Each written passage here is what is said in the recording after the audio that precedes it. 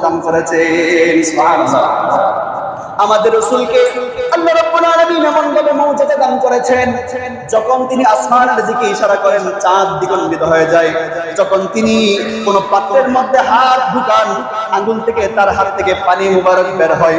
যখন তিনি কোন গাছকে ডাক দেন, গাছ তার ডাকে সাড়া দেয়।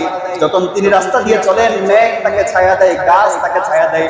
এমনকি আল্লাহ রাসূলকে আল্লাহ রাব্বুল আলামিন এমন মুজিজা দান করেছেন, আল্লাহ রাসূল যখন জমিন থেকে একটু পা মুবারক তুলে আল্লাহ রাব্বুল আলামিন তাকে আরশের মেহমান বানিয়ে দেন। সুবহানাল্লাহ। এই সব কিছু হচ্ছে আল্লাহ রাসূলের মুজিজা। তো আল্লাহ রাসূলের সবথেকে বড় মুজিজা সেটা হচ্ছে আল্লাহর কোরআন।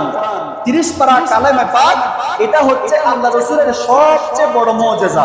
আম্মা জান আয়েশা সিদ্দিকাকে সাহাবায়ে কেরাম জিজ্ঞেস করে, ওই অন্যান্য তাবিঈরা যারা আল্লাহ রাসূলকে দেখে নাই, তারা এসে জিজ্ঞেস করে যে আম্মা জান, আমরা